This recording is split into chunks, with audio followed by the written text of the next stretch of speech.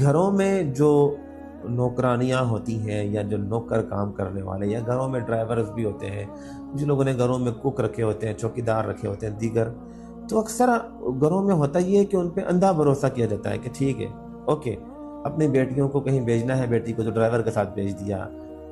کوئی تو وہ آہستہ آہستہ وقت کے ساتھ وہ جو ہوتا ہے نا وہ چیز ختم ہو جاتی ہے کہ اٹس اوکے، یہ ہمارے گھر کا فرد ہے۔ لیکن یہ صورت بتا رہی ہے کہ ضروری نہیں ہے کہ چاہے کتنا بھی وہ اعتماد والا انسان تمہارے گھر میں اگر نامحرم ہے نا تو اس سے پردہ کرنا ضروری ہے۔ اس لیے اسلام نے پردے کے احکام رکھے ہیں، کیونکہ اس میں خیر ہے، اس میں بہتری ہے، اور انسان نہ چاہتے ہوئے بھی جب پردے کے احکام جو اسلام نے سکھائے ہیں جب انہیں انسان اگنور کرتا ہے تو بہت بڑی مصیبتوں میں گرتا ہے، جیسے یہ معاملات پیش آ رہے تھے اس صورت میں۔ حالانکہ یوسف علیہ السلام کے پاس تو ایک مضبوط ایمان تھا، اس لیے اللہ نے بچایا، لیکن اگر کوئی اور ہوتا تو وہ شاید اس فتنے میں نہ